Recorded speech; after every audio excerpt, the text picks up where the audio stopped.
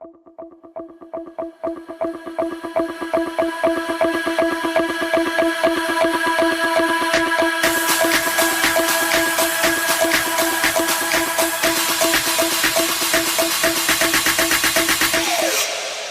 everyone, and welcome back to the latest episode of the Writers Podcast. I have with me today guest Beth Mims. Hello, Beth. How are you? I'm fine, thank you. How are you Great. today? Not too bad. You're down south, so I'm assuming you have nice weather because I'm up here in Alberta, Canada, and it's like minus 13 Celsius. So you can do the conversion on that if you want to. And we got lots of snow. So, We have yeah. beautiful spring weather. Yeah, do you? Oh, I'm very jealous. Uh, we're here to talk about your book, Wrapped in Grace. And do you have a quick little summary of what the book's all about? It is a book of devotions, not quite a typical book of devotions. It's not a January through December book. Okay. 65 devotions that have, they start with an anecdote or a story and then do a reflection on that with a prayer and then some reflection for the person. Okay. So just a little different than your typical devotion book. Okay. Very good. And I'm curious, given your background, you're a teacher. Yes. Do you teach at a Christian school or is it just a public? No, sir, I've been in public education all of my life. Okay. Don't call me sir. You make me feel old. That is a Just say Southern Lou. thing. Is it? Okay. Yes, that is such a Southern thing that is hard to break. Okay. I'm Lou is sorry. fine. Just call Okay. me Lou.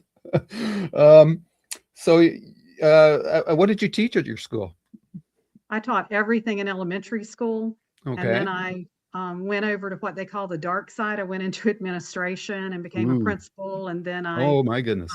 went to the district level and worked on curriculum and supervision. And Okay.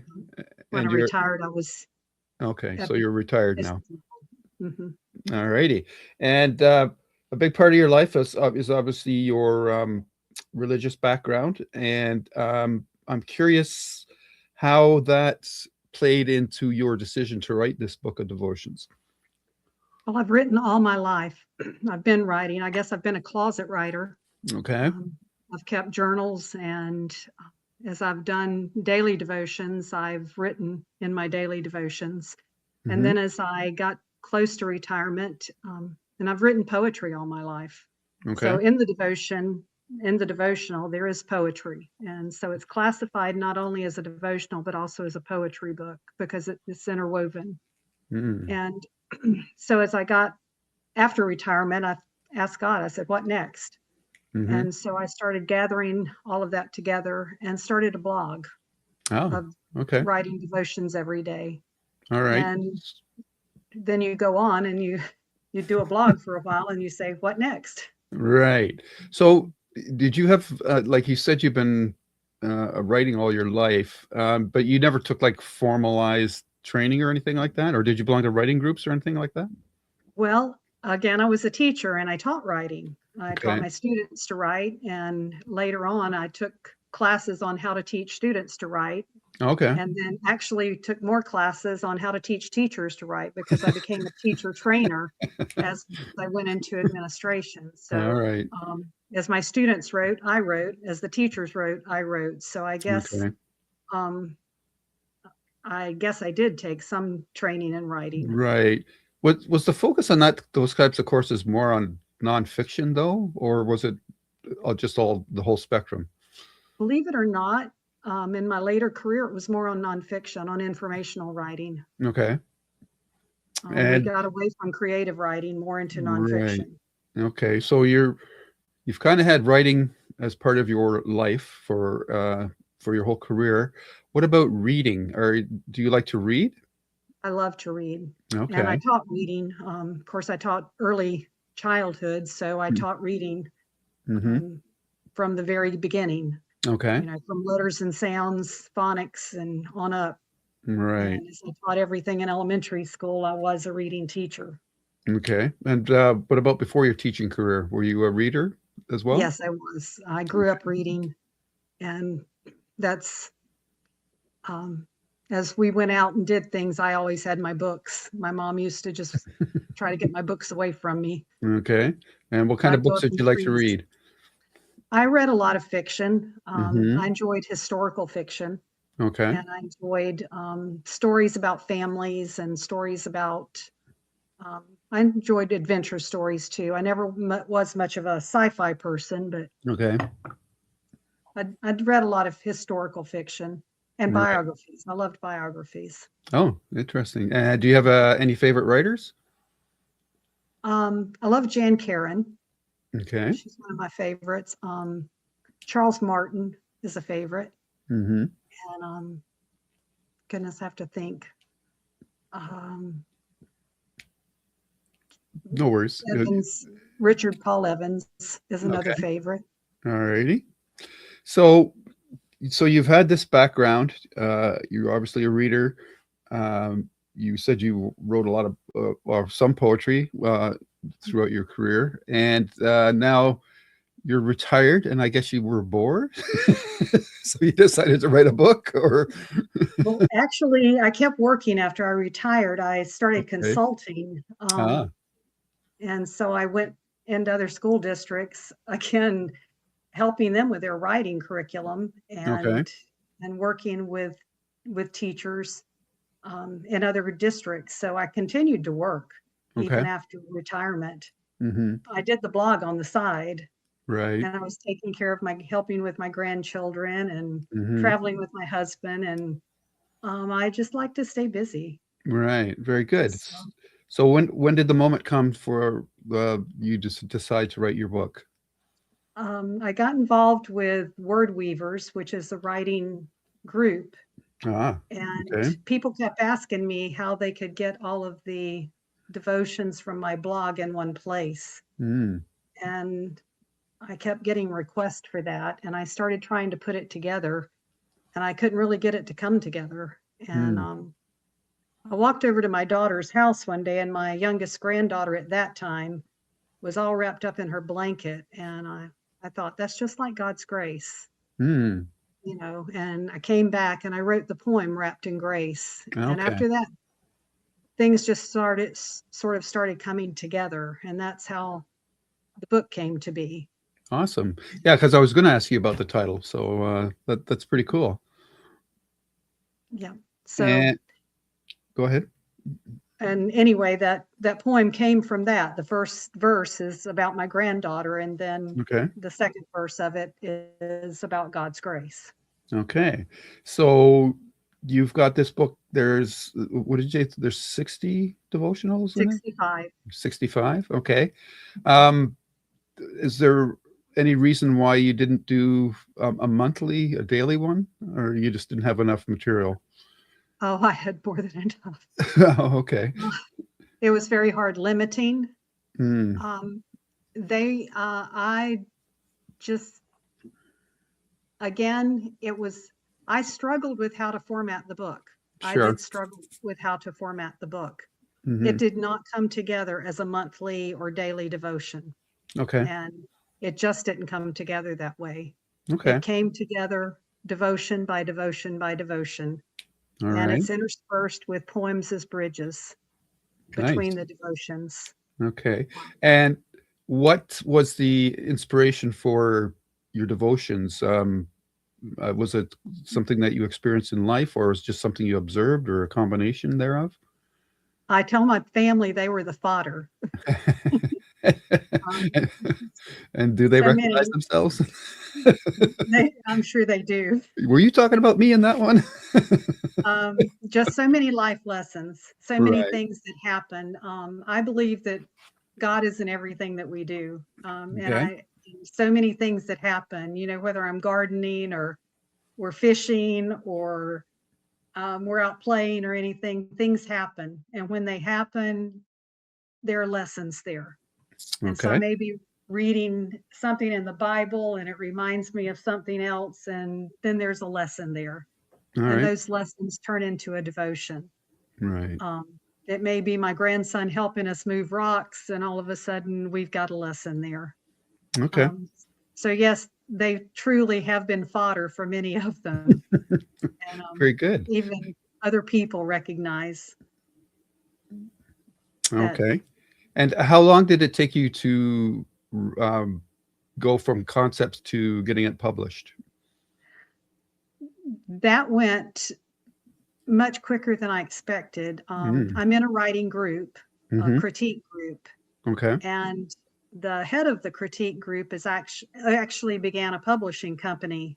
Oh, okay. And How nice I for was you. struggling. Yes, I was struggling with how to put it all together. And Right. after again, I wrote the poem, and things were beginning to come together. And I was one devotion at a time. I was putting things before the critique group, and they were giving me feedback. And this was going on for several months. I mean, Okay. 6, 8 months.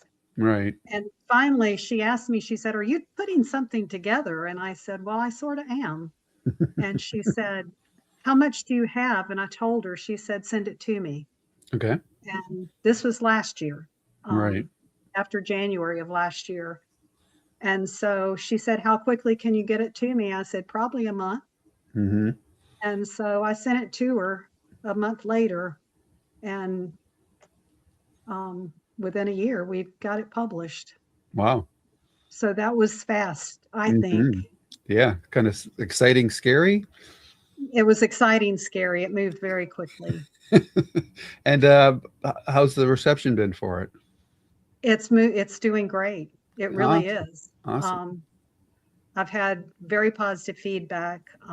It's doing well on Amazon, Hmm. and I love the testimonies that I'm getting back from it. Very The cool. It's been very positive feedback. Okay. Just And released in February. okay, very good. Mhm. And have you been doing speaking engagements or things of that nature? I have not done any speaking engagements. I actually Okay. have one in April and one in May that Okay. are not specifically related to the book, but Mm. um, they're just speaking engagements. Okay. I have a book signing this coming week. I do a lot on social media, Right. but uh, I just stay busy. I talk to a lot of people, Right. Do and again, interviews. it just released. Yeah, Yeah, that's great. So you've got this book out now, and you're you like to keep busy. So if I'm projecting, are you working on another book now? another book is coming out in November. It's a children's book. Okay. It's a Christmas book, Oh, nice. how Christmas came. Mm. And I have two more books that I'm working on. Another Okay. one will go to the publisher this week, and we'll see what happens with that. I don't know what will happen with that yet. It's a Christmas book. Okay. And then I'm working on another devotional, and Okay. we'll see what happens with that. Very good. And But yes, I'm working, okay. and the blog's still going. The blog's still going. Any because you've mentioned a couple times, any uh, inkling or a desire to maybe do a historical fiction type novel? uh, there is, I don't know. I actually have something that I'm working on. I Okay. don't know where I'm going with that yet, though. Okay. I don't talk about that too much because it's You, over there. you don't want to It's jinx over it. there. Yeah. Yeah. Yeah, It's understandable. not going as quickly as the other things. Okay. Well, that's cool. So it definitely sounds like you're keeping yourself busy, and your book, Wrapped in Grace, is out now since February, and it's available at all the usual outlets, I imagine. Yes, it is. Yes, it Okay. is. So like Amazon, I don't know what book chains are big in your Barnes neck of the and woods. Noble, Books of Indian. Books and now is it can you get a hard copy, or is it strictly It's not digital? in hardback. It's paperback, Kindle. Yeah. Okay. It's looks like I actually have one now. Oh, okay. Very nice. Yeah. Nice. And is that your your daughter on the cover? No, it's a picture, but we put the blanket on there because of the poem. Oh, okay. Very good. Very good. And uh, how is the family reacted to your book? Your husband, your children? They're really excited. Awesome. They've been very excited. They've been very supportive through everything. They haven't Hmm. cringed at anything they've read. So All right. So And does that they go for the Christmas book too? Have they got a sneak peek at that yet, or? they have not seen the Christmas book other than the Ah, cover, so okay. they have not read it. It's a rhyming book, Okay. so there won't be no surprises there, no And fodder there. right, and it's I assume it's illustrated. Yes, it is And it, illustrated. It's a picture book. yeah, and who did the illustrations for that? Catherine Hutchinson Hayes did it. Okay, and how did that collaboration come about? She's actually the publisher. Oh, okay. Wow, Dressed in Love, she's a yeah, multi-part talented person. she is. Dressed in Love Press is my publisher, Mm-hmm. and she's a great illustrator. So she did the illustrations for the book. Okay, So that was very cool. great. Yeah. And So I don't have a copy of that. It's still being formatted. okay, very good. And are you hoping for that to be distributed to the libraries, maybe schools, or what's your plans for that book? Um, I maybe Christian schools. Yes, it Mm-hmm. is a Christian book. Okay. Definitely, it's the story of Jesus's birth and the story of Jesus' birth for children. Okay. And we'll see. Um, don't have a strong plan for it yet. We're still working on that. Mm-hmm. Out for families. We hope to get it out for Christmas in July for pre-orders, Mm-hmm. and Okay. then I'm curious, and if this is too personal a question, just you don't have to answer. But I'm curious, as obviously as someone who's come up with a very devout background, how do you find um, trying to like? I don't know if you wrote the book of devotionals strictly for people of your faith or religion, or like you trying to have mass appeal with it. Did you have to try to take into account the fact that there's a lot of people that aren't religious, or are you not worried about that? I didn't. I Okay. did not worry about that because Okay. I believe that God appeals to everyone. Okay. I realize that there are people that don't believe in God. Hmm. I believe, I know that. Sure. But this is not a preachy devotional. Okay. It's not a Bible study. Okay. I didn't write it as a Bible study. It's written as something that anybody can pick up and read. Okay. But when you read it, you're going to find God. Okay. um It's God in the everyday. okay, very cool. Maybe if you wouldn't mind, could you pick one devotional out of that book off the top of your head and sort of talk about what you were hoping to accomplish with that particular one? Um,